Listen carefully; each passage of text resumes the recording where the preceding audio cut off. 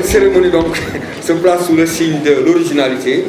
C'est une fête de l'esprit, comme aurait dit le professeur Mamoussé Diagne. Le docteur Diallo a parlé du temps. Nous avons pensé immédiatement à Lamartine. Autant suspend ton vol et vous aurez pu suspendre votre cours. Nous avons pensé à Lamartine en ayant le plaisir d'avoir à côté de nous le doyen Mamoussé Diagne. Je vous demande de lui refaire un triomphe. Alors on applaudit très fort. On disait tout à l'heure en Wolof que Kounyeme Ben le Gungé, lui, il a eu l'honneur d'avoir débroussaillé, il a eu l'honneur d'avoir déblayé le terrain et nous, on n'a pas beaucoup de militants, juste suivi. J'ai suivi ses cours en philo en 1985. Wali a suivi mes cours, d'autres ont suivi les cours de Wali, c'est le miracle de l'enseignement.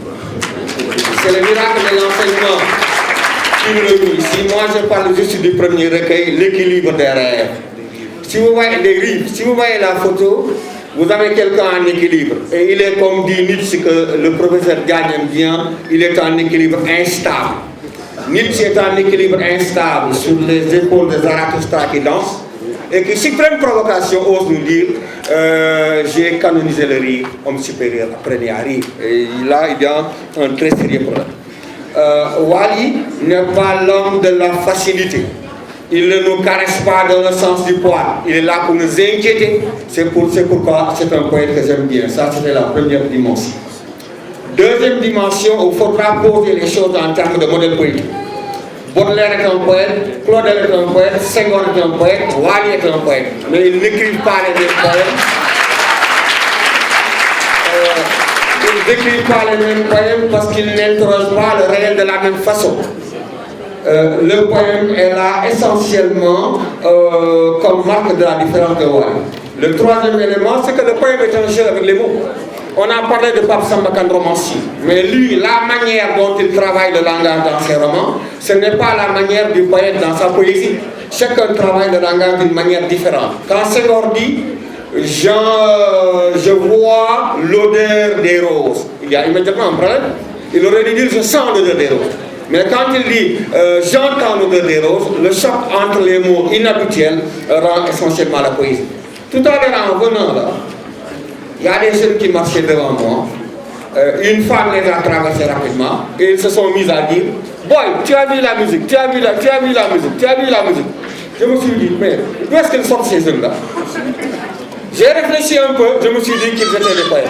Ils font de la mauvaise poésie, mais ils étaient des poètes. En fait, de musique, ils désignent la manière dont marche la femme, c'est-à-dire la manière dont elle accélère le mouvement giratoire de ses rondeurs arrière.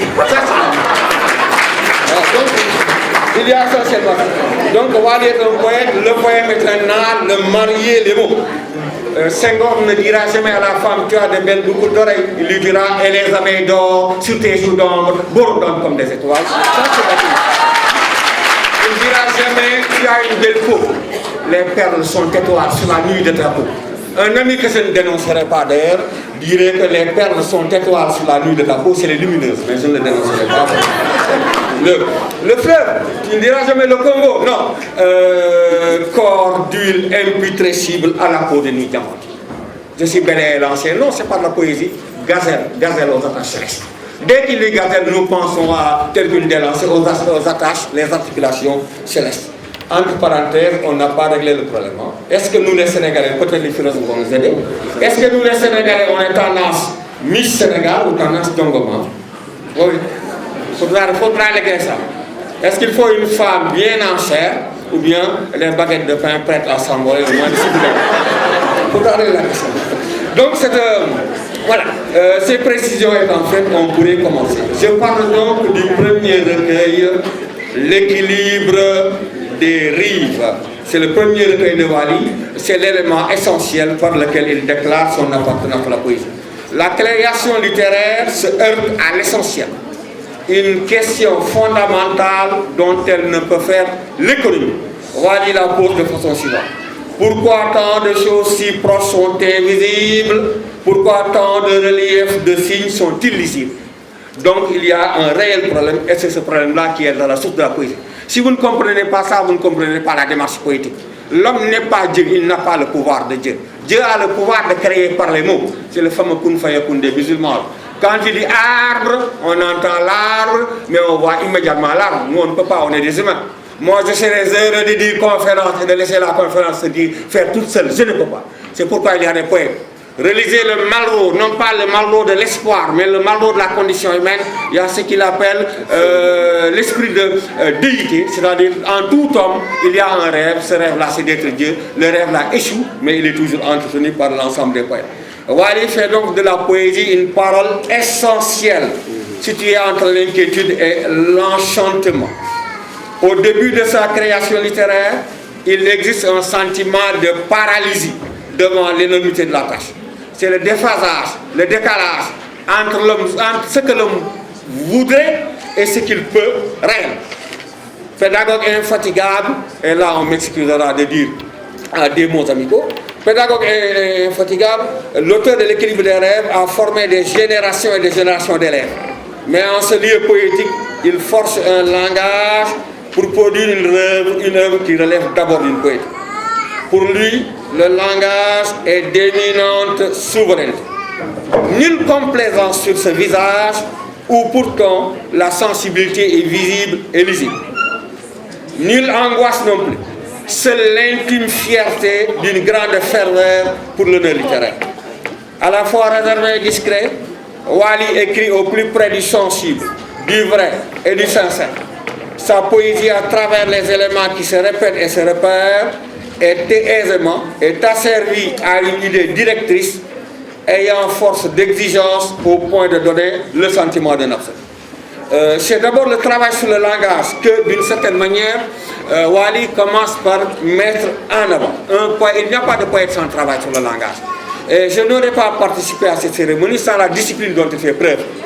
C'est un étudiant discipliné, c'est un homme discipliné. C'est carrément le contraire de nos étudiants d'aujourd'hui qui vous regardent dans les yeux et que vous dites, Monsieur Kayo, là, je n'ai rien dit parce que ce terrain du combat n'est pas le mien. Quelque part, Madame la Générale Senghor écrit, elle était belle sous paupières déclives, déclive du latin déclius. Elle était belle parce qu'elle avait les paupières en pente. Comment je peux savoir qu'elle avait les paupières en pente? Elle avait les yeux baissés. Notre civilisation nous empêche de regarder dans les yeux les personnes les plus âgées. Ça, c'est un trait de civilisation que nos jeunes ont tendance à oublier très souvent. En dépit des souvenirs qui hantent, vous êtes aussi un invité, en dépit des souvenirs qui hantent constamment la mémoire de l'écrivain, l'espérance, pense Wally, doit l'emporter sur le reste. Tout le reste, c'est un mot très fort. L'espérance doit l'emporter sur le reste, tout le reste. Mais il sait aussi que la poésie est d'abord une opération verbale. Ce n'est pas le discours du roman, ce n'est pas le discours de l'essai, ce n'est pas le discours du théâtre, c'est une opération verbale. Je crois que c'est Breton qui disait il faut marier les mots. Il faut marier les mots. Il faut marier les mots. Plus les mots sont d'origine lointaine, plus leur mariage marche essentiellement en poésie. Le poète est un homme du langage total, un poète un homme du langage ordinaire. Il n'y aura pas d'homme total tant qu'il n'y aura pas tout l'homme pour tous les hommes. Et c'est ça qu'incarne essentiellement Wally. Le pape Jean-Paul II, lorsqu'il était à Dakar, on n'avait pas voisé la ville de sa devise totus tous. Tout pour nous, totus tous. Il n'y aura pas d'homme intégral tant que tout l'homme ne sera pas pour tous les hommes. Essentiellement, cette incarnation, c'est ce que Wally pense, c'est ce qu'il applique. Lisez son œuvre rapidement. Il a lu Valéry, il a lu Charles, il a lu Desnos, il a lu Rimbaud, il a lu Cocteau, il a lu Amadou Lamine Sall, il a lu Brière, il a lu Senghor, il a lu tant d'autres. Et essentiellement, sa poésie s'oriente essentiellement dans ce domaine.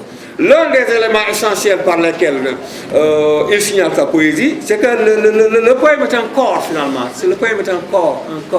C'est fondamental. Hein? Le poème est un corps et d'une certaine façon, ce corps-là, Wally l'écrit, et on ne peut pas l'empêcher de tenir le langage d'amour dont parlait tout à l'heure le poète professeur Mamoussé Diagne. Tout est confondu dans le poème. Le poème apparaît comme un laboratoire d'écriture, un laboratoire dans lequel s'opère l'expérimentation du pouvoir du verbe. Et d'une certaine manière, paradoxalement, c'est par là que je terminerai, Le premier recueil de Boily se donne à lire comme un éloge du silence. Un poème, c'est un endroit où on parle. Mais lui, ça se donne comme un éloge du silence. Il rejoint là le cœur de nos interrogations. Tout milite en faveur du silence. Pourquoi nous parlons? Tout milite en faveur du silence. C'est d'ailleurs le sens des mots du loup dans le poème de Vigny. Tout milite en faveur du silence et pourtant lui, il écrit un éloge du silence. Il s'agira donc, il le dit très bien, je ne dirai rien, je t'habiterai simplement tout entière. Dans leur fulgurance, ces images, parmi tant d'autres, font de la poésie une pratique qui se donne à voir comme un acte métaphysique d'une valeur absolue, une entreprise qui porte, c'est ça qui est fondamental, le poids des attentes et des espoirs de l'homme. Et fondamentalement, lorsque les tambours de la mémoire de Boris Kilemkia, lorsque les tambours de la mémoire se feront encore entendre, nous serons heureux de dire avec le poète, de redire après lui, de redire grâce à lui ces mots clairs et naïfs comme le regard d'un enfant, ces mots par lesquels la poésie se fait parole fondamentale parce qu'elle vient des profondeurs, des fondements plus exactement, ces mots par lesquels il ouvre l'équilibre des rives. Il y a de la poésie dans le fleuve du regard, il y a des silences qui scintillent mieux que des poèmes. Il y a certains gestes aux allures solaires. Et entre deux lèvres closes, mûrissent de symboliques fleurs, il y a la solitude qui console et l'impériale élévation qui apaise. Les véritables couleurs sont dans l'arc-en-ciel de tes paupières.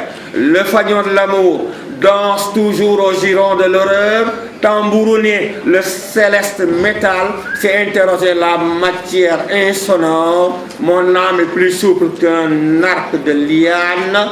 La nuit est d'albâtre et j'affite des flèches symétriques.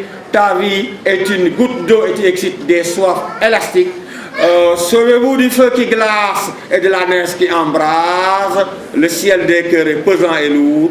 Il pleut des chats et des chiens. Bonne continuation.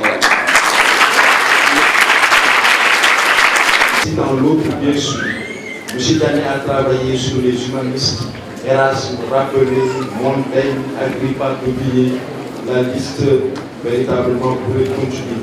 Il a travaillé sur des écrivains divers comme Senghor, Hugo, Césaire, Tchikaya Outamsi, Cheikh Abdou et tout. C'est véritablement un grand universitaire. Merci beaucoup, professeur. À présent, je vais remettre la parole au premier Sénégalais agrégé de philosophie. Son livre Civilisation de l'oralité et pratique discursive en Afrique, ce qui était plutôt sa thèse de doctorat, je crois. Madame Liliane Testoulout a dit ces mots sur ce travail. Il a dit qu'il est littéralement ce travail incontournable pour les oralistes de métier. Et il lui dit, ce que vous avez fait pour les textes africains, c'est ce qu'on en partie a fait pour les textes littéraires africains. Monsieur le professeur, et effectivement, oui, on applaudit bien.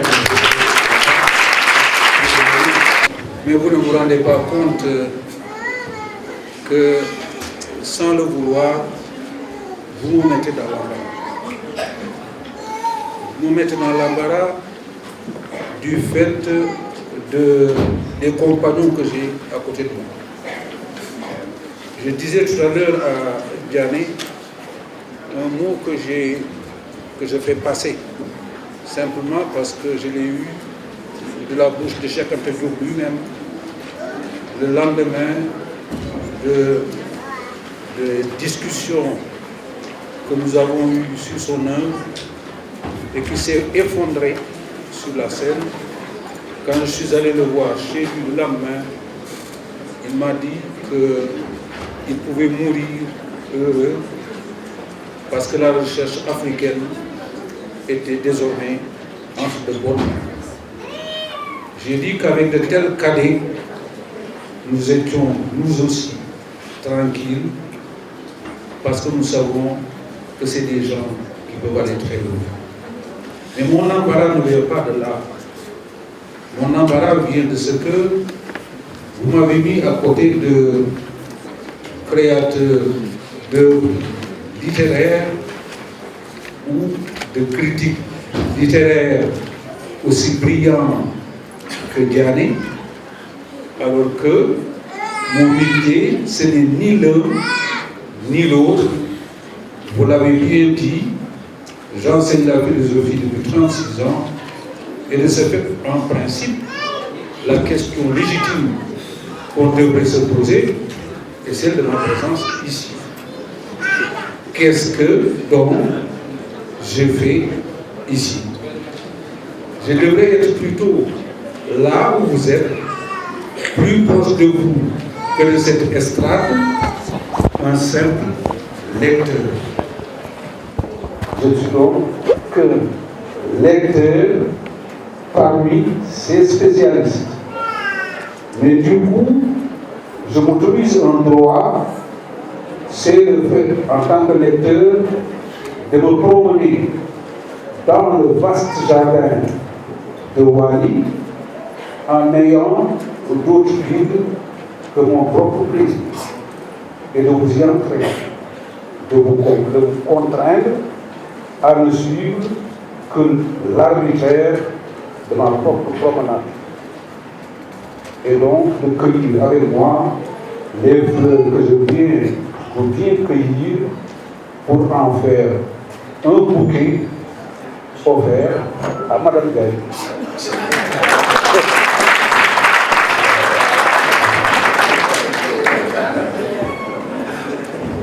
Mais oui, est-ce que, je ne sais pas si vous avez le livre, là, avec vous. Tout à l'heure, Diané a dit une chose absolument extraordinaire. Il a dit que l'écriture avait pour milieu le corps. Il a été même plus audacieux. Le poème est un corps. Mais absolument. Absolument.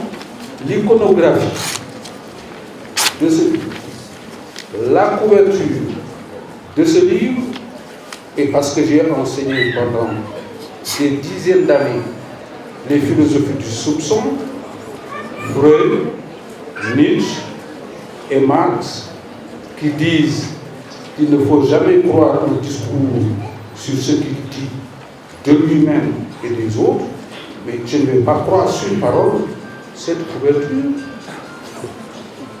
Je la soupçonne parfaitement de piéger notre regard, de nous piéger complètement, parce que ce que vous voyez là, c'est une jeune femme apparemment enceinte et avec sur le ventre un globe terrestre qui est peint couleur chair. Alors pourquoi est-ce que cette première impression serait la vraie? Qu'est-ce qui vous dit que cette femme ne tient pas un cadre, le cadre d'un tableau de peinture comportant le tableau, et qu'elle serait dissimulée derrière ce tableau, et pour compliquer le tout, elle pourrait se trouver parfaitement devant un miroir qui reflèterait la femme et le tableau dans une série de renvois sans fin. Ce qui fait que donc, non seulement l'œil est piégé, mais l'écriture même du titre est piégée. C'est ma géographie, avec des majuscules, de grosses majuscules, vous raconte avec des majuscules très fines ces histoires majuscules plus petites que ma géographie. Et pourquoi est-ce que la géographie raconte des histoires? Je peux parfaitement inverser le titre et dire que c'est l'histoire qui raconte la géographie. C'est l'histoire qui raconte la géographie depuis que le graphéine, les Grecs ont appelé ce terme graphéine, le fait de tracer sur la terre et de délimiter un espace,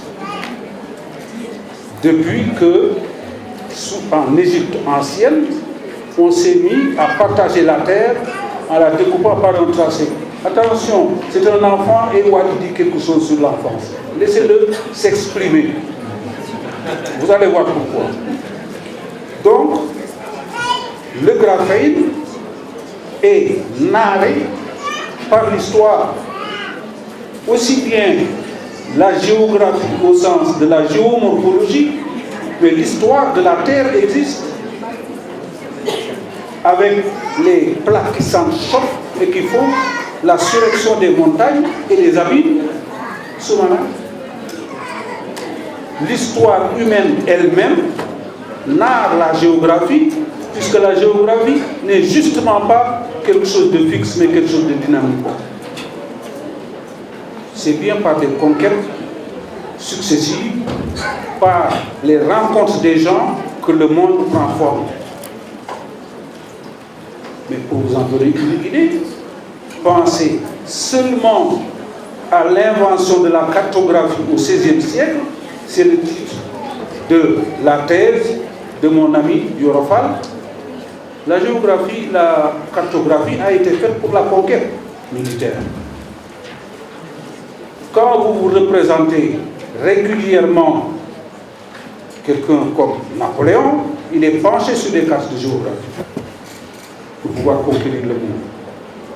Quand vous représentez Hitler, s'il n'est pas en train de faire ses défilés à Nuremberg, il est penché sur une carte de géographie pour pouvoir conquérir l'Europe. Le discours de cette histoire qui veut se faire géographie, c'est dans Mein Kampf. C'est dans Mein Kampf avec sa fameuse théorie de l'espace vital. Comment inscrire l'histoire dans la géographie? Comment l'Allemagne veut se donner un espace géographique? Mais c'est exactement la chose. Daesh ne fait pas la même chose aujourd'hui. Daesh, c'est une idée qui veut se faire géographique, qui veut se tailler un territoire. Donc c'est bien l'histoire qui raconte la géographie, qui ne se contente pas de raconter la géographie, mais qui la fait. Il y a donc un subtil jeu de renvoi entre géographie et histoire, ce qui fait que je donne malgré tout raison à Waliba, je ne le dirai qu'à la fin.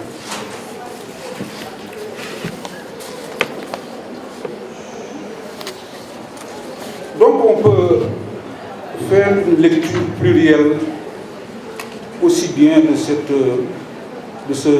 iconographie, de ce dessin sur la page, que du titre lui-même dont on inventerait les termes simplement. Voilà, ne se contente pas de faire ça. C'est son travail sur le temps qui constitue le pièce suprême. Certains poèmes sont datés, d'autres ne le sont pas. Et dans ces dates, nous avons certaines qui comportent le jour du mois, qui comportent le quantième, qui comportent le mois, qui comportent l'année. D'autres poèmes ne comportent que l'un ou l'autre, l'année plus le mois. D'autres poèmes ne comportent rien du tout. Où les placer? Et il apprend un malin plaisir à les entrecroiser, à les donner dans l'ordre, dans le désordre. Ce qui fait que nous avons une chronologie totalement bouleversée. Et ça, c'est un jeu de l'écriture, mais un jeu surtout du lieu de l'écriture. Quand Michel Foucault dit que n'importe qui parle, mais que ce qu'il dit, il ne le dit pas de n'importe où, c'est cela que ça signifie. Vous avez du mal à ancrer ces poèmes dans une chronologie fixe. Et ça, je l'ai aimé, je l'ai adoré dans ce livre. C'est pour ça que je vous dis, je me balade simplement dans le livre, je me promène et je m'arrêterai lorsque je suis fatigué. Il brouille donc les traces. Et à commencer par son avant-propos. L'avant-propos, vous savez littéralement que cela signifie le propos avant le propos. Et au lieu d'écrire un avant-propos, il cite une phrase de Adamov. Or, tout le monde sait que l'avant-propos est justement une ruse de l'écriture. C'est une ruse de la raison, dirait Hegel. Parce que tout le monde sait également que l'avant-propos n'est jamais un avant-propos, il est, si j'ose dire, un post-propos. L'avant-propos s'écrit toujours après le propos. Quand on a fini de dire, c'est un discours aussi pervers que le conte. Quand quelqu'un vous conte une histoire, et il vous dit, la raison est la chose du monde, et la raison du fort et la chose du... Qu'est-ce qu'on va... Le loup et la lion, comment ça? Le fort est toujours la meilleure. C'est le seul conte du loup et la lion qui l'avoue de manière explicite. Sinon, on vous dit Samba et Mamadou aller en voyage, ainsi de suite. C'est à la fin qu'on tire ce qu'on appelle la morale de l'histoire pour dire c'est pour cette raison qu'il ne faut pas faire ceci, cela. En réalité, l'auteur avait déjà la morale de l'histoire dès le départ. Et il vous donne comme un avenir ce qui pour lui est déjà du passé. C'est pour ça que le conte est un récit pervers. Je l'ai dit dans ma thèse d'ailleurs, c'est un récit pervers parce que précisément, il vous tient par la main alors qu'il est déjà arrivé. Il est déjà arrivé. Et il est déjà arrivé au moment où on commence en fait. Il est déjà arrivé parce qu'il dit tout le livre. Avec ce seul propos de Adamov, il aurait pu parfaitement l'écrire, ne laisser que des pages blanches. Parce que ce texte d'Adamov dit, poète est celui qui se sert des mots moins pour dévoiler leur sens immédiat que pour les contraindre à livrer ce que cache le silence. Ah, c'est extraordinaire. Dire que le mot est silence, ou dire que le mot ne dit que pour ne pas dire, ou dire que le mot ne dit que pour cacher le non-dire. Mais c'est ce que nous a appris le père Freud. C'est ce que nous a appris le père Freud. C'est ce que depuis le début de l'histoire du monde, nous savions déjà avec Édipe Roi. Édipe, c'est celui qui voit, parce qu'il voit, il ne voit pas en réalité son propre crime. Celui qui voit le crime de Édipe, c'est l'aveugle, c'est Tirésias. C'est pour ça que j'aime qu'on parle d'un poète qui est un non-voyant. Il voit ce que vous ne voyez pas en réalité. Le non-voyant, c'est celui qui voit, et celui qui voit, c'est celui qui ne voit pas. Il y a un entrecroisement extraordinaire que Sophocle trouve. Parce que la vraie vision est intérieure. Il faut se défier par conséquent de ce qu'on a sous les yeux. C'est cela le sens de ce texte. Avant-propos, qui en réalité dit tout le propos que vous avez tout au long des textes. Je vous ai dit que je lisais comme moi je l'entends. Il y a quelques textes que j'aurais pu prendre comme ça. Pour me faire plaisir simplement, il y a que lui-même le reprend et l'avoue tranquillement à la page 48. Il dit qu'on peut bien se taire, mais non garder le silence. C'est encore là l'équivalent exact de ce que Freud lui-même affirme en disant l'humanité ne peut cacher aucun secret. Celui dont les lèvres se taisent bavarde avec le bout de ses doigts. On ne peut rien cacher. La clôture de la bouche ne dit pas le silence véritablement. Il y a un magnifique, je vous renvoie à un magnifique texte de Dominique Zahan dans la dialectique du verbe chez les Bambara. Il y a le dernier chapitre qui s'intitule La fonction du silence chez les Bambara. Mangu Djekti, non est dernier xalé. Né la diak sans rien dire, ils vous ont tout dit. C'est de la même manière également qu'on fait la cour. Quand vous dites mademoiselle, ah je ne sais plus quoi dire, vous avez tout dit.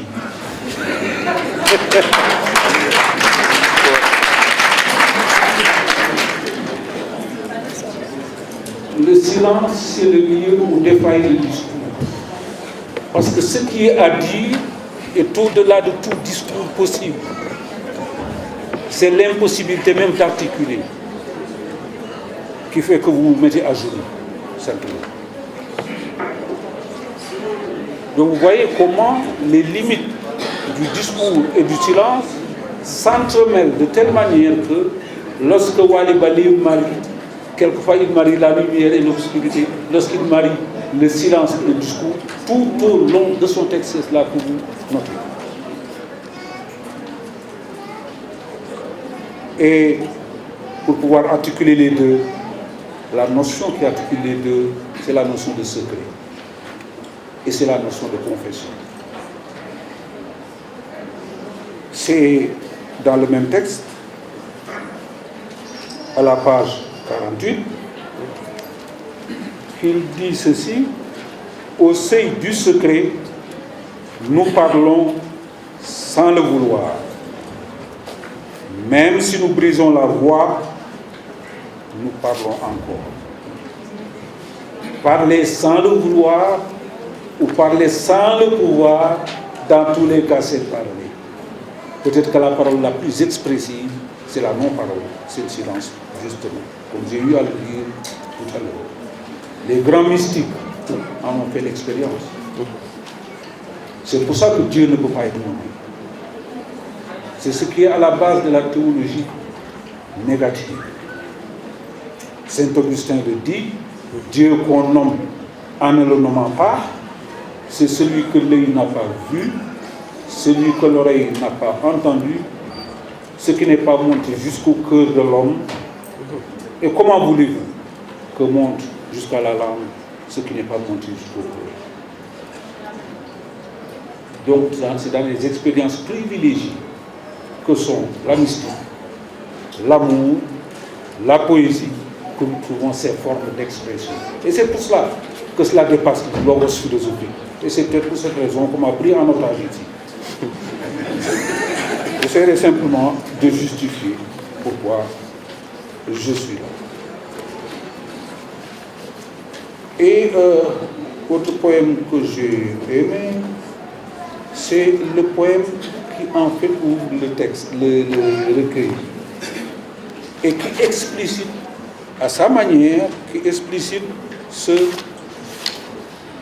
cette iconographie. C'est à la page 10. Je reviens sur mon premier domaine d'élection. Je parle des saints tendus, des jarres propitiatoires. Je reviens à mon espace à moi. L'idée d'espace est constamment présente. Parce que la géographie, c'est l'espace. Mais c'est l'espace délimité. Mais de quel espace il s'agit en réalité? C'est un espace à reconquérir. Et c'est pour cela que je reviens 3 fois dans le texte. C'est l'espace du souvenir. Mais de quoi il se rappelle cet homme? C'est à la page 23 qu'il frôle l'indication. Je ferme les yeux et le soleil éclate. Je vois l'image gravide du premier espace. Le premier espace est bien le ventre d'une femme enceinte. L'image gravide. Et ça, nous aurons à y revenir, parce que c'est précisément le sens du dernier poème, de l'avant-dernier poème en fait, dont j'aurais bien aimé qu'il soit le dernier poème du recueil, pour que ça fasse une boucle complète. Vous l'avez donc comme premier poème. Le premier poème donc c'est l'image de la femme enceinte, c'est la couverture, c'est la femme enceinte, et la fin, à la fin vous avez un texte significatif qui s'appelle Place Sainte-Anne, qui aurait pu être le titre de l'œuvre. Ça aurait pu être parfaitement le titre de l'œuvre. Moi je le revendique. Et j'aurais pu le défendre pendant plusieurs heures. Eh bien, Wally s'amuse, joue avec la parole. Joue avec les paroles, joue avec les mots. Et joue, c'est un jeu de mots, c'est un jeu avec les mots. Et Diane tout à l'heure l'a si brillamment dit que je n'aurais justement pas mis à table. Il joue avec les mots parce que c'est quelqu'un qui croit à une déontologie de la parole, comme on dirait chez les Bambara ou chez les Dogons. Geneviève Calam-Griol a écrit un ouvrage magnifique qui s'appelle Ethnologie et langage, la parole chez les Dogons, où elle essaie de montrer comment, finalement, de toutes les conceptions pneumatiques de la création, où Dieu crée le monde par la parole. Tout à l'heure, Diane le disait, moi je ne peux pas créer ce que je veux par la parole, parce que Dieu, crée le monde par sa seule parole, ce sont les conceptions pneumatiques de la création du monde. Eh bien, dans le mythe Dogon, le monde naît d'un placenta. Et la parole du Dogon ne peut qu'organiser le tissu du monde à partir de ce placenta. C'est la parole qui organise effectivement le monde. Avec les dents qui sont la brosse du tisserand, avec la langue qui est la navette, c'est décrit jusqu'au moindre détail. C'est donc avec la parole, effectivement, qu'on tisse le monde. C'est avec la parole que vous tissez le monde de la poésie, parce que c'est un monde que vous mettez effectivement en place. Donc ne soyez pas si humiliés. Vous savez très bien que vous le faites à notre insu, et vous ne voulez pas l'avouer. Et c'est le langage de l'aveu, je l'ai dit tout à l'heure, qui finalement vous trahit. Qu'est-ce que l'aveu?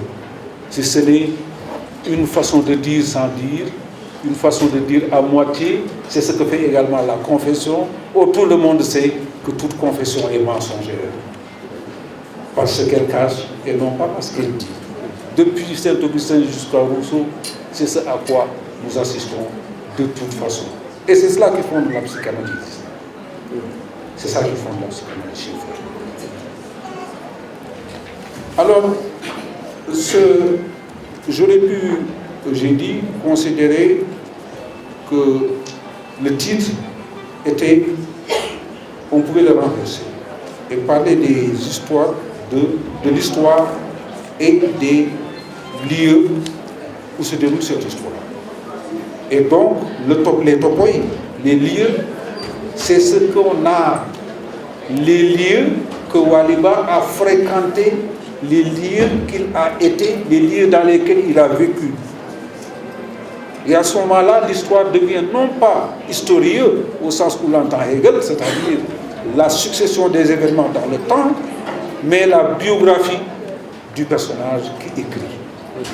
C'est dans le texte, page 34, où il dit « Je me revois chez Rubin ». Assez beau ça. Se revoir enfant. Je me revois chez Rubin.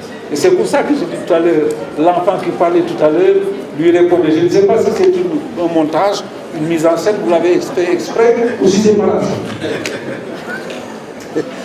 Mais c'est cet enfant seul qui était son interlocuteur dans toute cette salle. Je me revois chez le père, fils du vent, coincé entre l'absence du père et les vagues accablantes de la mer, drapelé en berne. C'est magnifique, cette façon de dire.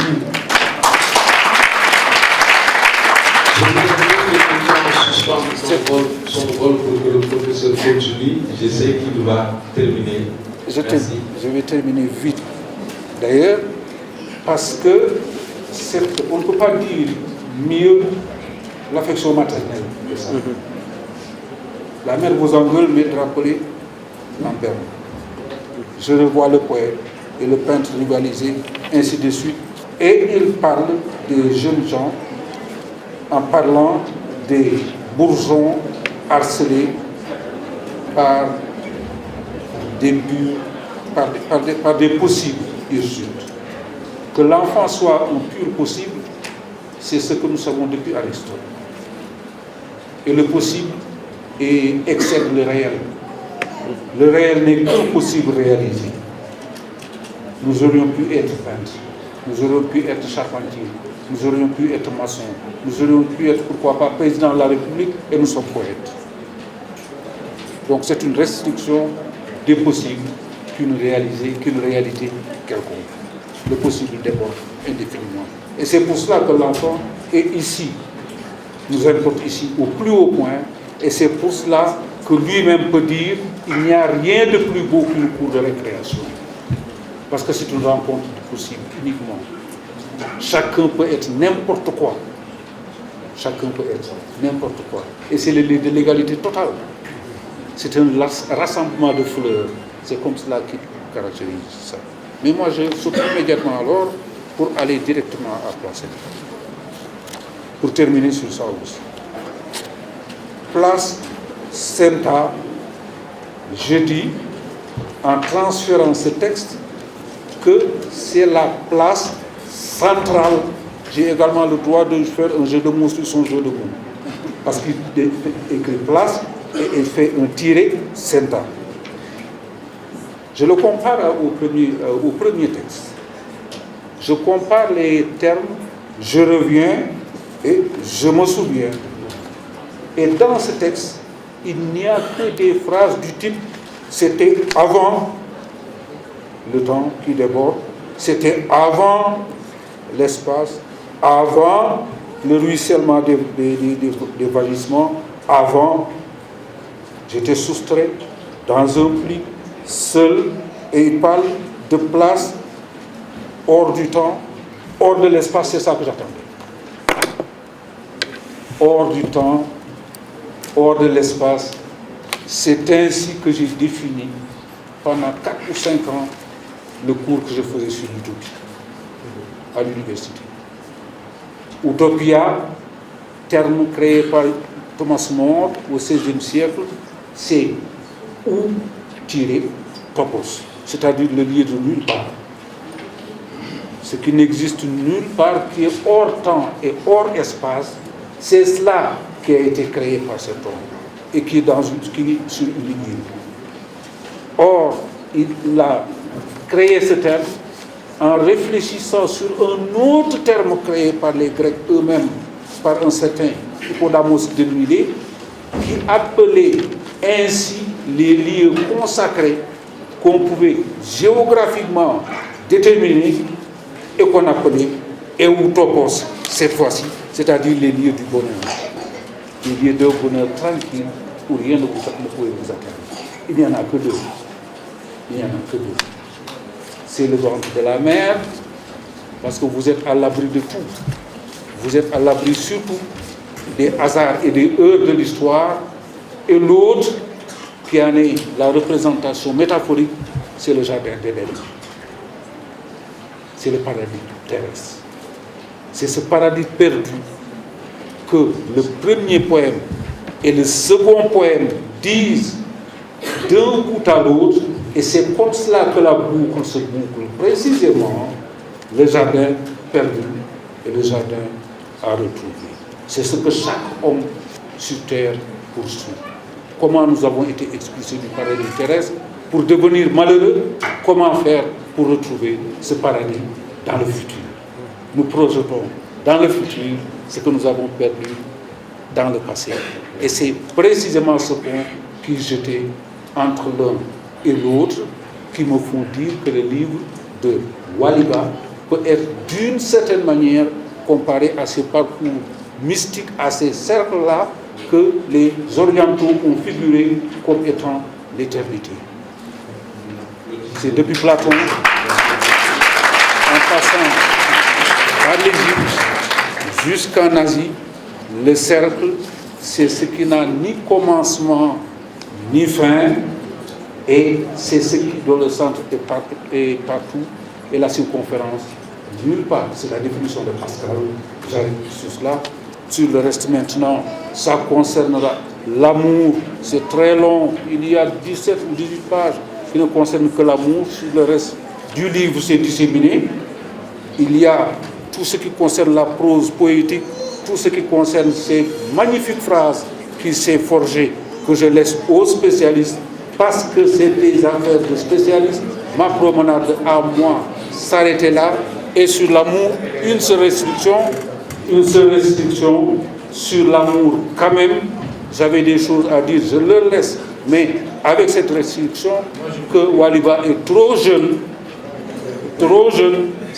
pour pouvoir dire ce que moi, personnellement, j'ai eu à dire sur les belles femmes, et notamment à André Marigan.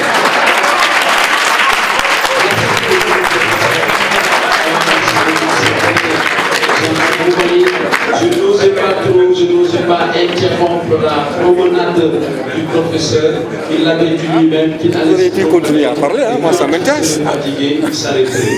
On va aussi la parole à Chikam, Pape Sambaka. Alors, en lui passant la parole d'ailleurs pour que, en tant qu'invité de Wali aussi, il fasse un témoignage, comme son tout à l'heure, en lui demandant finalement, je retiens quoi? Le journaliste satirique, le chroniqueur, le romancier, le nouvelliste surtout, le flûtiste, le peintre, le cinéaste qui a côtoyé les grands cinéastes, je disais, comme Gregor, le grand. Alors, qui est-il? Alors, encore la plus très fort.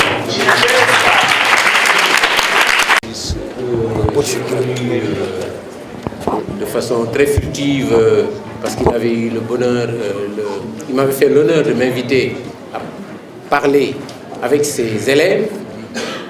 Et il m'avait effrayé ce jour-là parce que j'ai une très grande admiration pour les enseignants. Merci. Quand j'ai mes 3 enfants devant moi et que je surveille le cours, etc., je suis très vite surmené. Alors quand j'imagine 50 pères Dieu, parfois plus, qui vous regardent des têtes presque vides dans lesquelles vous devez mettre ce qu'on appelle la connaissance, je suis effrayé.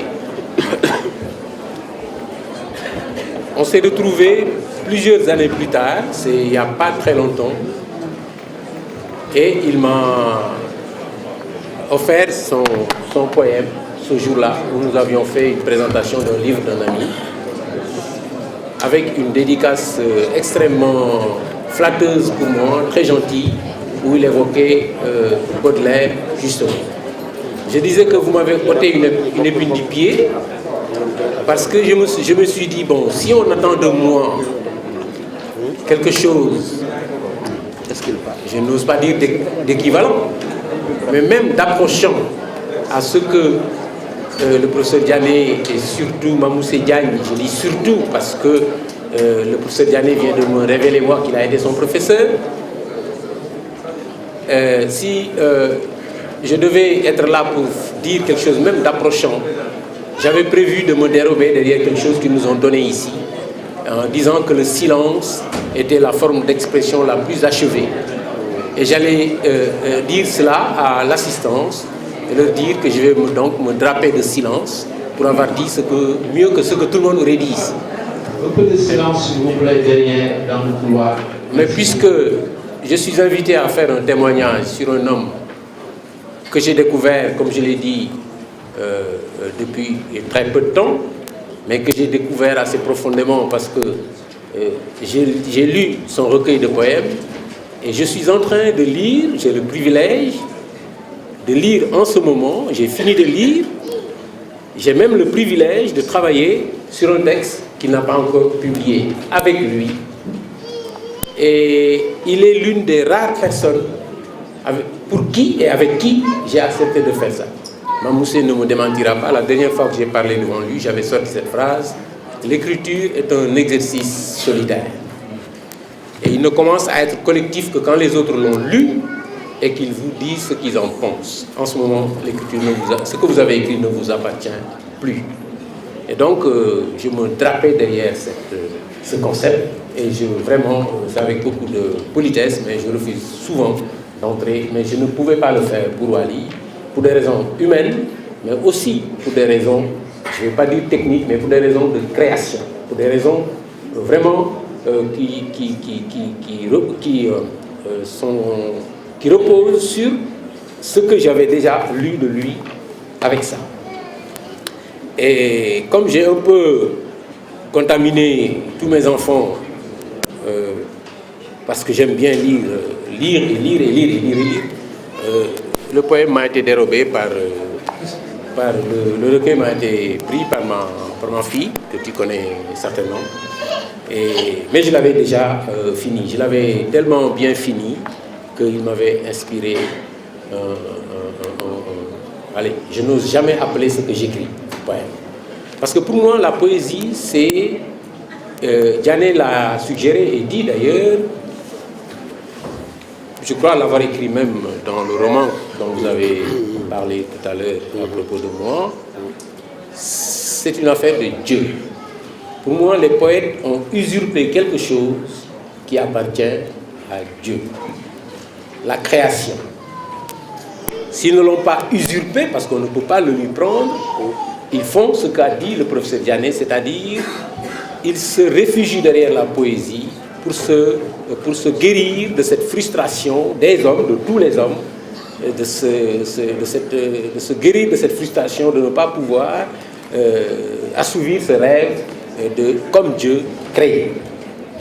Et c'est pour cela, et pour bien d'autres raisons, parce qu'il faut les lire pour trouver ces raisons, peut-être ne pas pouvoir les expliciter. J'ai une très très grande admiration pour les poètes, et les poètes véritables.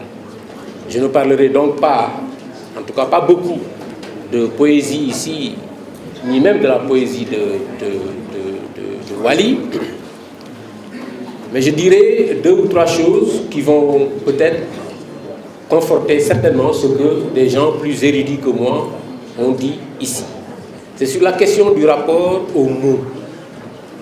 Et je crois que l'anecdote que je vais raconter, la Wally doit la connaître, parce qu'il c'est un lecteur de Baudelaire et c'est Baudelaire qui rapporte ça dans un de ses... C'est dans une préface d'un livre de Baudelaire que c'est raconté.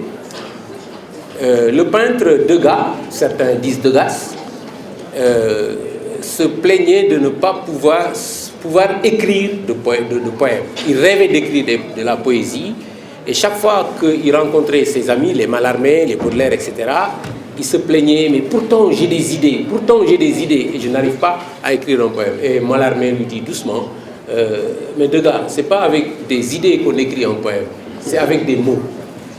Et ça a été dit aussi ici, d'une autre façon, et ça a été illustré de manière extrêmement intéressante, créative et généreuse. Je ne pourrais pas toujours expliquer pourquoi je dis généreuse, par Wally. J'ai constaté que, quand j'ai lu Wally, ce que j'ai constaté, c'est qu'il y a, c'est peut-être parce que nous avons tous vécu les mêmes choses, que nous soyons nés et grandis à Dakar ou à Fongolémi ou partout, c'est la même chose. Nous avons chapardé des champs, nous avons regardé des trains passer, nous avons torturé ou en tout cas nous sommes fait des amis de chiens, etc. Nous avons échappé à la surveillance de nos parents. Et c'est toutes ces choses-là que je raconte dans Sabouridjiné. Et nous avons aussi, lui c'est un créateur, en tant que créateur, des choses qui vont beaucoup plus loin que ces faits, ce factuel-là. Et même dans ce domaine-là qui dépasse le factuel, j'ai rencontré chez Wally plusieurs choses. Vraiment, c'est tout à l'heure, Mamoussé a évoqué le poème Placenta, que je me suis dit, bon, ça c'est trop évident, je peux en parler, c'est vérifiable, clair, par tous ceux qui ont lu Sabouridjiné ici. Quand il dit Placenta, je me souviens, on est dans le jeu de mots. Moi, je ne fais pas de jeu de mots, mais dans Sabouridjiné, je parle de placenta dans les mêmes termes, en tout cas dans le même esprit que lui. Parce qu'il dit placenta, c'est surprenant. Parce qu'il dit placenta, je me souviens, c'était avant le temps qui dérobe, etc., etc. C'était avant l'enfant sur les flancs des tympans du monde nouveau, etc. Or, moi, ce que je disais, si je me souviens bien, c'est que je reprochais à des gens de ne pas savoir voler, d'avoir oublié leurs ailes. Oubli, je me souviens, d'avoir oublié leurs ailes dans le placenta maternel. Absolument. Tous les deux, nous avons fait de ce lieu qui est le placenta maternel, de souvenirs ou d'oubli. Les deux vont ensemble, de toute façon. On ne peut pas parler de souvenirs sans penser à l'oubli, on ne peut pas parler d'oubli sans penser aux souvenirs. Je vais terminer très vite sur la question des jeux de mots. On a échangé beaucoup au téléphone et souvent on est très long au téléphone. Je lui ai dit, qu'il aimait très bien les jeux de mots. Il les aimait beaucoup et il en usait jusqu'à en abuser. Et les jeux de mots, c'est un terrain extrêmement glissant. Je me réveille souvent le matin, le pied léger, de bonne humeur, etc. Et je rencontre un journal, parce que les journaux ont tendance aujourd'hui à jouer du calembour, etc. Et quand c'est raté, mais ça fait très mal. Non, mais quand c'est raté, tout le monde est d'accord avec moi, un jeu de mots qui manque, c'est une journée qui commence, qui gâchis. Voilà. Or, Wally n'en rate pas beaucoup, et celui-là, surtout celui-là, il est extrêmement, vraiment bien trouvé, le placenta. Il n'est pas vraiment le seul. Voilà, et je vais finir par dire que je le remercie pour la confiance dont il a témoigné vis-à-vis de moi, d'abord en me livrant son intimité, soit en exclusivité, en tout cas parmi les premières personnes à voir ça, et de me faire confiance aussi pour ce travail qu'il m'a demandé, qu'on ne s'inquiète pas. Je continue à penser que l'écriture est un exercice solitaire et c'est réalisé par celui qui fait ce travail. Il n'y a pas à s'inquiéter de ça, c'est un professeur de français. Moi, je ne suis le professeur de rien du tout. Je l'ai vu, il a écrit un texte sur un livre que j'avais lu et autour duquel je devais faire un témoignage sur l'auteur. Mais j'ai lu ce texte et puis je me suis dit, attends, qui est-ce que... C'était ça, je ne savais pas encore que c'était ce monsieur généreux qui m'avait invité dans sa classe il y a une dizaine d'années pour venir parler à ses élèves. J'ai lu le texte et j'étais pressé qu'on aille dans la salle pour que je voie quel est ce monsieur qui, avec autant de générosité, parce que moi je n'ai pas pu. J'ai regardé le livre, je l'ai lu, il y avait de très bonnes choses là-dedans, il y avait de moins bonnes choses comme dans tous les livres. Le livre parfait n'existe pas, sauf dans la tête de celui qui, ayant peur de la critique, n'a pas franchi le pas de l'écrire. Wally en a déjà fait quelques-uns, on peut croire que lui, il a du cran. Parce qu'écrire de la poésie, surtout pour moi, c'est avoir du cran. Je vous remercie pour votre attention et j'espère avoir mieux. Le spectacle avec une troupe qui est venue du terroir, de Diourbel, précisément, et ce sera toujours autour de ces poèmes.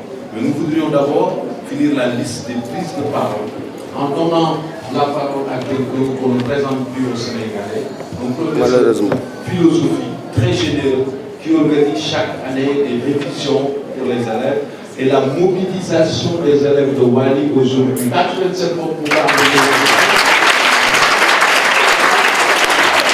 Donc, je remercie tout le monde en renouvelant à Wally tous nos sentiments de gratitude pour l'honneur qu'il nous fait, en nous invitant à témoigner, nous l'avons déjà fait sur lui, et peut-être à dire un mot de cet ouvrage-là qu'il s'agit de présenter aujourd'hui. Mais lorsque le vénérable maître tout à l'heure, celui qui nous a fait, M. Mamou Seydiaï, je vous demanderai de vous lever et de l'applaudir très très très très fort, parce que c'est un monsieur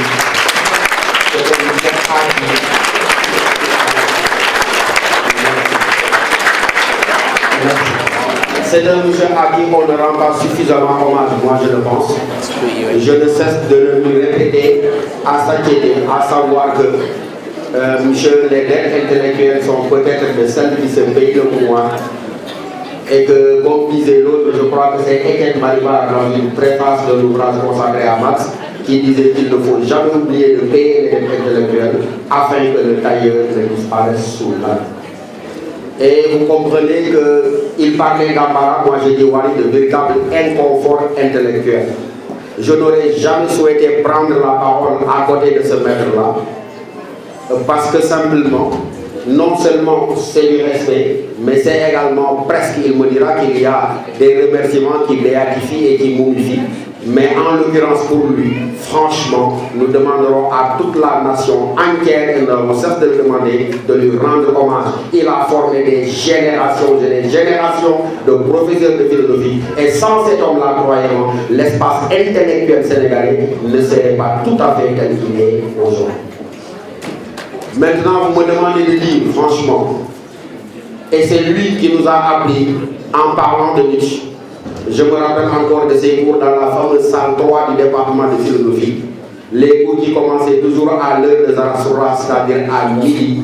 Et il nous disait de toute manière, c'est comme ça qu'il le disait, entre ce que je vais dire, ce que j'ai dit, ce que j'ai voulu dire, ce que je n'ai pas dit et ce que j'ai dit, il y aura toujours de la place pour les dire. Et il disait, je souhaite simplement que ces dires-là réveillent en vous d'autres dires qui soient évidemment philosophiques.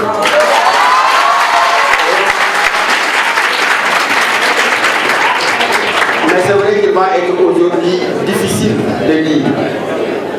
Pourquoi il va être aujourd'hui difficile de lire? Parce que le lieu de surgissement de nos discours est justement le placenta.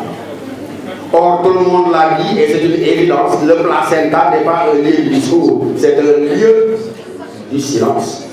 C'est un lieu du gargouillis, c'est un lieu du bruissement, mais du bruissement du geste premier de toute vie. Et donc, si nous sommes installés dans un placenta, qu'on ne se trompe pas quand il nous dit « je me souviens », mais qui est-il? Quel est ce jeu qui parle dans un placenta et qui dit « je me souviens » ? De quoi se souvient-il? De quoi se souviendrait-il, lui qui n'a l'expérience de rien d'autre que celle du placenta? Et cela signifie donc qu'il y a chez Wally un retour véritable à ce qu'était la poésie, à ses balbutiements premiers. Ça veut dire chez les anciens Grecs, poésis qui signifiait faire et créer. De quoi Wally est l'inventeur ou le créateur? Il faudrait, puisque le vénérable maître est un inspecteur en philosophie, un inspecteur général d'État, il faudrait peut-être ajouter une nouvelle discipline à la panoplie de nos disciplines scolaires. Donc Wally est justement l'inventeur. Laquelle, me direz-vous, c'est la géographie historique.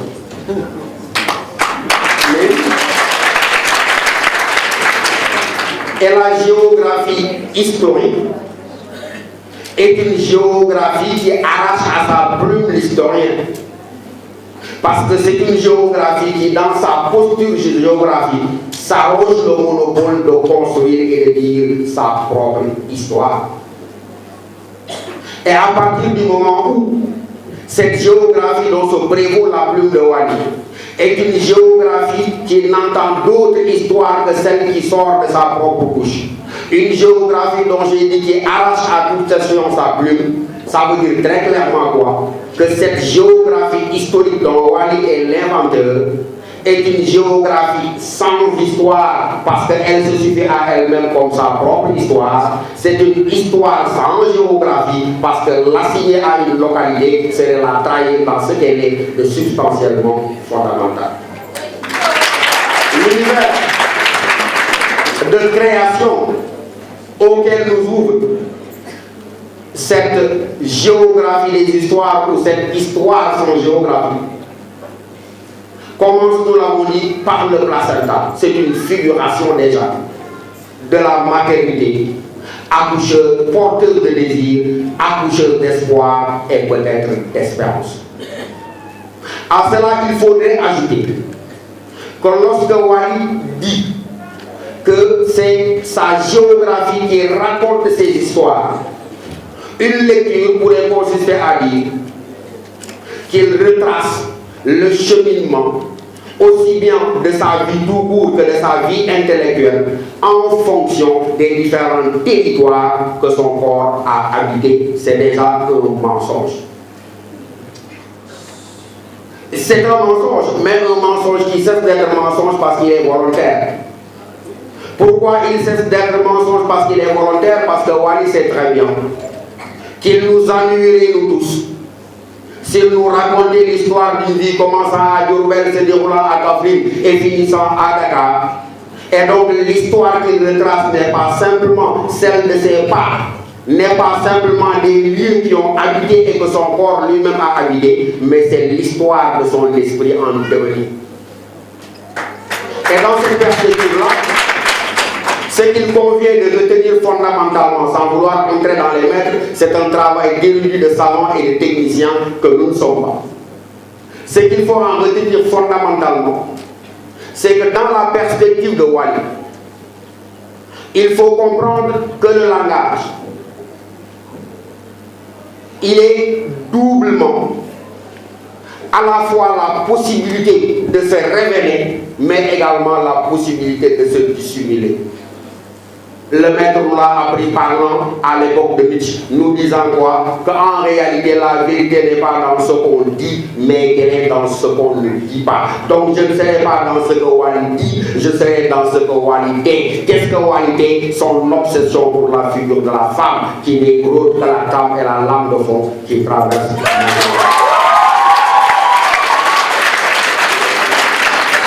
Dans la présentation que nous en avons faite tout à l'heure, nous lui rappelions toujours le mot du vénérable maître. Il m'a appris que je devais le tuer, mais je n'arrive pas à le tuer parce qu'un maître au milieu c'est difficile à tuer. Et vous m'avez entendu dire que le vénérable Mamoussé, je le disais, Wally, me disait toujours, mais de quelle lecture es-tu coupable? Wally, de quelle lecture es-tu coupable? Parce qu'en réalité, ce long poème-là, c'est un corps, mais c'est le corps d'une femme. Mais c'est le corps d'une femme qui, en tant qu'elle est femme, refait toutes les femmes, et en tant qu'elle refait toutes les femmes, elle n'est pas d'une femme, elle est de la femme en tant. Parce que, mais oui, je ne sais pas si vous avez fait un coup d'œil aussi soupçonneux que l'autre sur ce que dit Wally en réalité. C'est un hymne à l'amour. C'est un hymne à la fécondité au sens propre. C'est un hymne à l'affection et à la tendresse. Et Wally est persuadé que c'est par l'amour que l'on peut guérir le monde. Rédiger simplement certains passages de ce poème-là.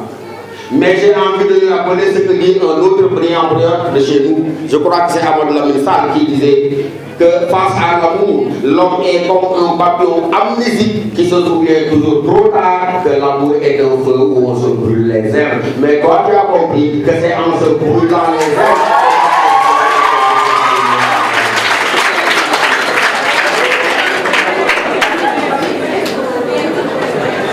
Qu'est-ce que je devrais dire d'autre? Je crois qu'aujourd'hui, je ne peux pas aller très loin.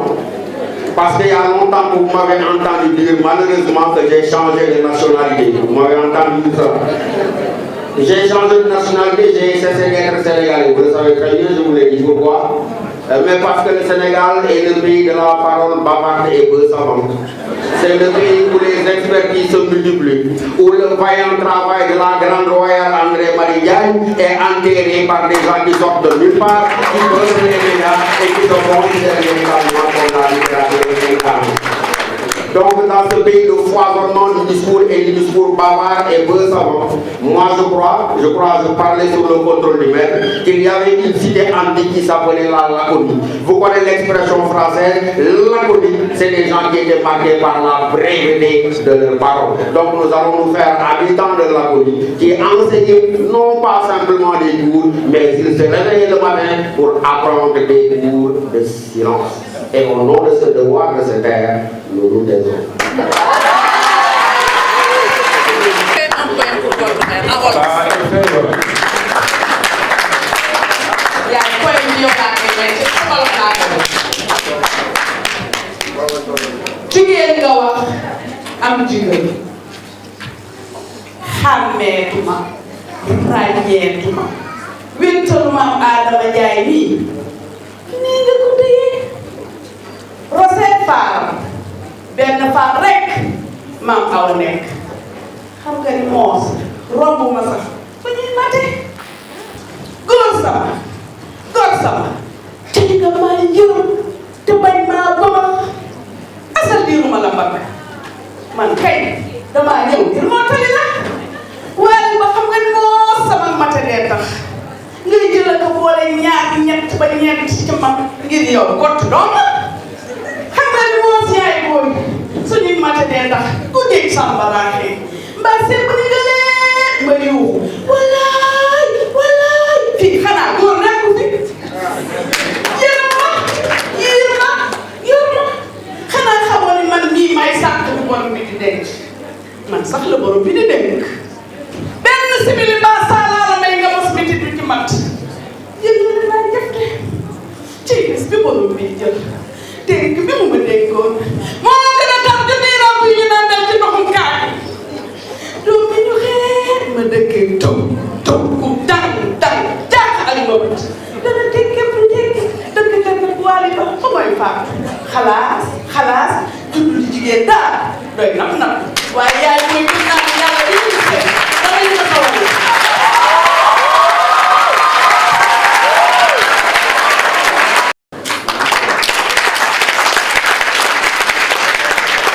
Et je voudrais, vous en êtes témoin, et c'est pourquoi je voudrais profiter de cette rencontre publique qui est importante pour moi pour le dire urbi et orbi.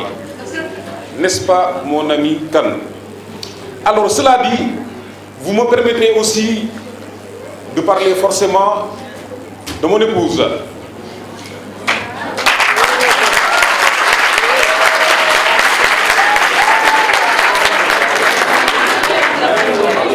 Je vais parler d'elle pour la première fois en public, pour la bonne et simple raison que la plupart des heures que je me suis permis de prendre pour produire, c'est du temps que je lui ai arraché, bien malgré elle.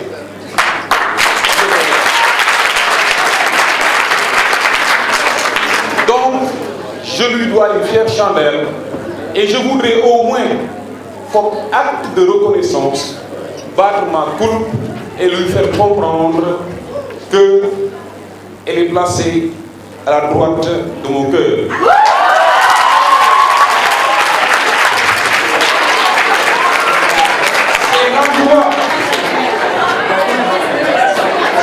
C'est l'endroit le plus sûr.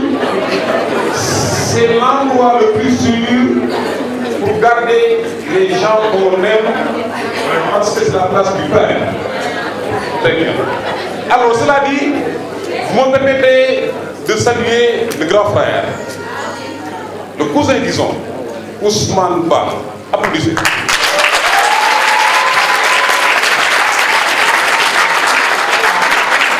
Cette cérémonie a pu prendre le visage qu'elle a, parce que tout simplement, lui, par la grâce de Dieu, l'a voulu. Et pour cela, il serait malhonnête et insincère de ne pas le dire haut et fort. Grand frère, cousin, je vous remercie.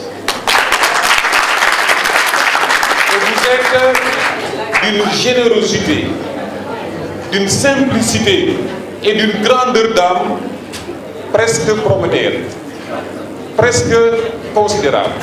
Et c'est la raison pour laquelle je voudrais profiter de cette occasion-là pour faire comprendre à tout le monde que, comme le disait si bien Guillaume d'Orange, on n'a pas forcément besoin d'espérer pour entreprendre. Cela dit, vous me permettrez aussi de parler de mon ami Siri Baye.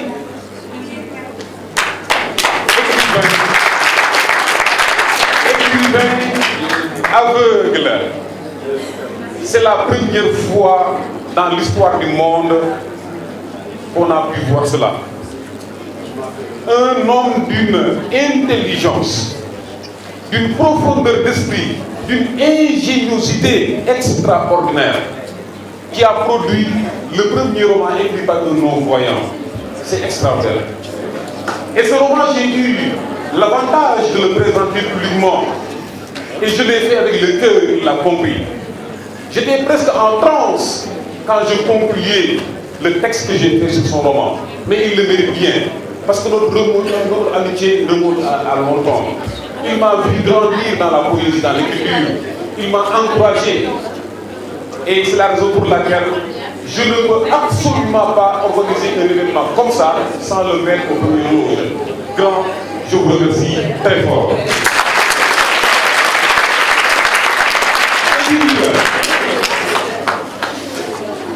De la grande dame, André-Marie Ndiaye.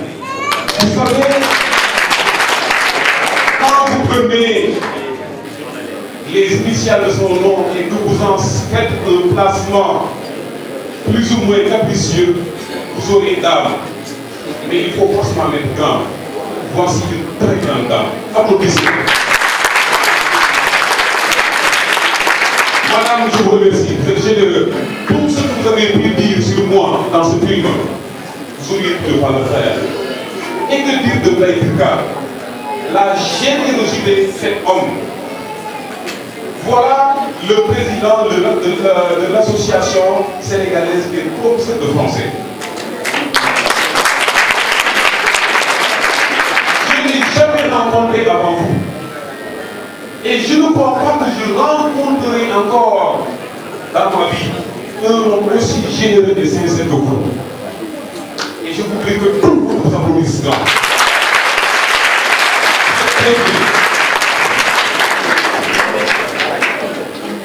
Abdoulaye Diallo, pour le pays monde, vous êtes les leaders qui lisent et non les leaders qui regardent.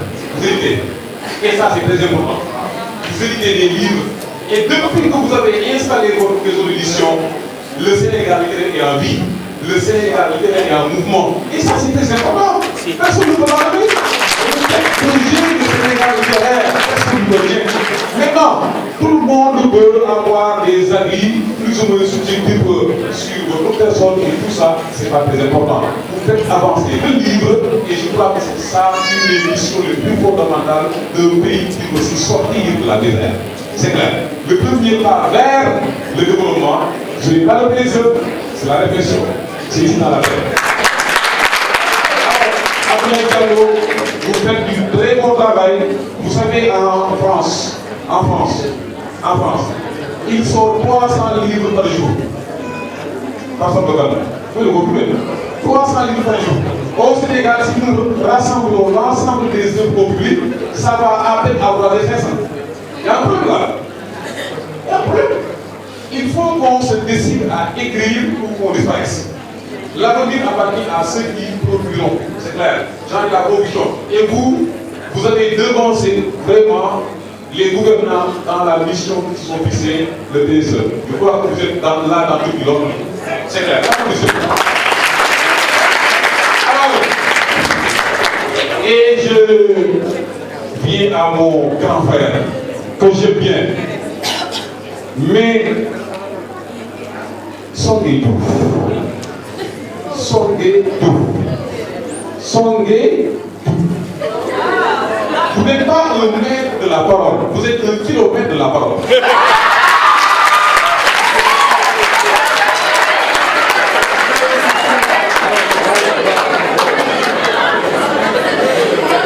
Alors, je n'ai jamais vu quelqu'un qui a si bien et si profondément maîtrisé la leçon du maître. Parce que enseigner, c'est séduire. Il n'y a rien de mauvais dans ça, à condition que on n'utilise pas cette séduction à son profit pour faire des détournements de beignets sentimentaux. Je crois que si on s'en arrête là, vous êtes un excellent séducteur.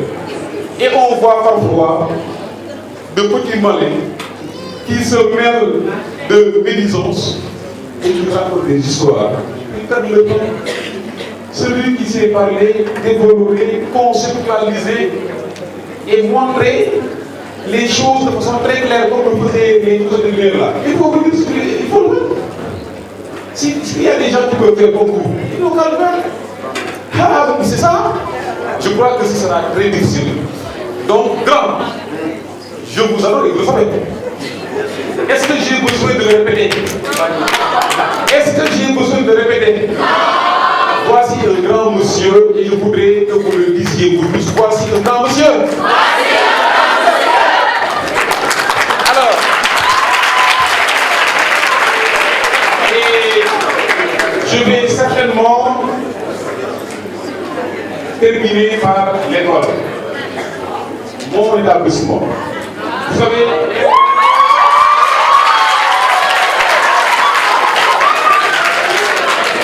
si on me donnait tout l'or du monde,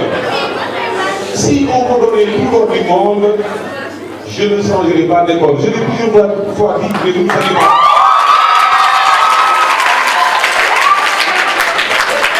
Waouh! Lycée d'excellence. Waouh! Lycée philanthropique.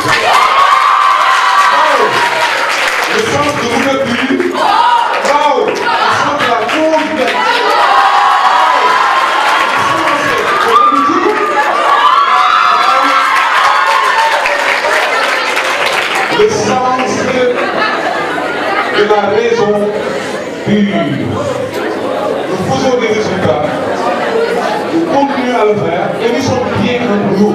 Et c'est la raison pour laquelle je ne vous échangerai contre quoi que ce soit.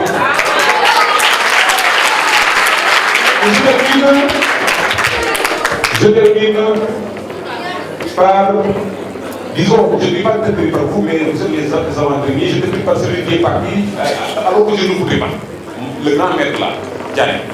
Je termine par, avant, disons, je ne dis pas par vous, mais je dis par l'autre. Et Pape Sambakan, le Sénégal du journalisme et de la communication doit beaucoup. Par ces temps qui passent, nous voyons des gens écrire dans les journaux en français très bizarre, parler de français abracadabrantesque. Et je crois que vous, en votre temps, vous avez su honorer la langue. Parce que faire de la presse, c'est d'abord tenir le discours et savoir le faire dans les règles de l'art. Et vous, vous êtes connu comme un maître de la plume. Lire Pape Sambakan, c'est un régal de l'esprit et des sens. C'est pourquoi c'est un très grand monsieur. Et moi, je crois tout ce que vous écrivez, je vois tout ce que vous dites et je m'intéresse à tout ce que vous produisez. Donc, reconnaissez à travers cette voix l'admiration de jeunes frères qui cherchent en tout cas à vous égaler et qui est certain qu'il ne le fera jamais. Alors, doyen, Mamour Chidiaye, le grand monsieur, l'homme de la philosophie intemporelle, le sens de la séduction, la maîtrise du discours, le sens du raisonnement, la capacité de tenir un discours hypothético-déductif extraordinaire. Doyen, vous connaissez mon admiration, et ce n'est pas une admiration surfaite. Je la fonde sur les bases remarquables. Je vous admire parce que vous êtes ce que vous êtes. Les autres ne sont pas forcément ce qu'ils sont, mais vous êtes ce que vous êtes. Vous êtes un grand maître et vous comptez à travers le Sénégal des centaines de milliers d'admirateurs. Et par ma voix, reconnaissez l'admiration de jeunes enseignants qui a vraiment. Alors, maintenant, je termine par Diallo, je termine par Diané. Vous savez, Diané, c'est l'homme à qui j'ai envoyé le premier poème. C'était en 93, j'étais en première, je crois.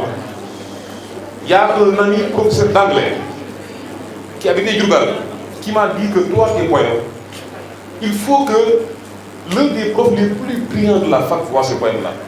Il m'a demandé de prendre mes cahiers-là, de les mettre dans une enveloppe et de les lui transmettre. J'ai fait ça. Diané l'a reçu. Et pour montrer que c'est un bel esprit, il m'a répondu. Imaginez un pauvre type là et des Djoubal dans la bouche là, qui envoie des poèmes à Diané, le grand Diané. Il répond. C'est ce que ne font pas les dirigeants là. Vous l'écrivez, ils ne répondent pas. C'est très grave. Il m'a répondu. La lèvre a la raison, je la garde jalousement. Il m'a fait comprendre que le fait de prétendre, en tout cas, être poète, moi, le jeune Waliba Adjoubal, ce n'était pas une prétention démesurée, pour dire le moins. Et c'est presque lui qui a fait de moi quelqu'un qui marche toujours vers la poésie. Donc, il faut que lire ce que j'ai dit ici, il faut que vous le disiez ça, il faut qu'il l'entende. Il compte des centaines de milliers d'années. Il y a un professeur Ali Badra Diané en chaque prof de français au Sénégal. Et ça c'est clair. Et c'est pas fin, c'est tout à fait sincère. Donc, c'est la raison pour laquelle, puisqu'il est parti, je demande aux hôtesses et à mes amis de venir, en tout cas découvrir avec tout le monde le portrait qu'on lui avait préparé. Malheureusement, il est parti. Mais venez, on va voir ça ensemble. Il ne faut pas les mélanger. Regardez bien si c'est derrière, parce qu'il y a 3 portraits. Donc on découvre le portrait de Diané. Et ce portrait est réalisé par l'un des plus grands artistes plasticiens de ce pays-là, professeur d'art à l'École nationale des arts, qui s'appelle Albouri Loum, qui est de Djoubal et qui est extrêmement brillant, vous allez le voir. Donc, Ali Badra Diané en portrait par Albouri Loum.